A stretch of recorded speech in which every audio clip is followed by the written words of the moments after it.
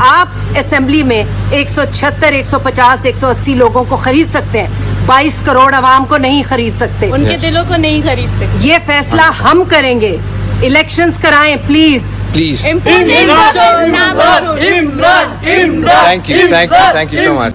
आज जो कुछ भी इस मुल्क में हुआ है, इस्लामी जमहूरिया पाकिस्तान में हुआ है, औरतों, बूढ़ों और बच्चों के साथ जो हरासमेंट हुई है, जो तशद्दुद हुआ है, वो काबिल तशवीश है, काबिल मज़म्मत है। हम कहाँ रह रहे हैं? हम मकबूजा कश्मीर में रह रहे हैं? हम फ़लस्तीन में रह रहे हैं? क्या सारी दुनिया देख रही है? इस मुल्क के जो रिस्पॉन्सिबल है हमारी सिक्योरिटी के, वो नहीं देख रहे कि इनके साथ क्या सलूक हो रहा है? खुदा के लिए इस चीज़ को रोकें। अवाम अपना हक इस्तेमाल कर रहे हैं और उन्हें ये हक इस्तेमाल करने से ना रोकें।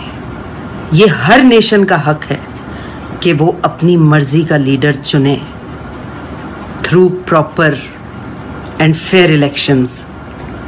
हम भी यही हक डिमांड कर रहे हैं अपना।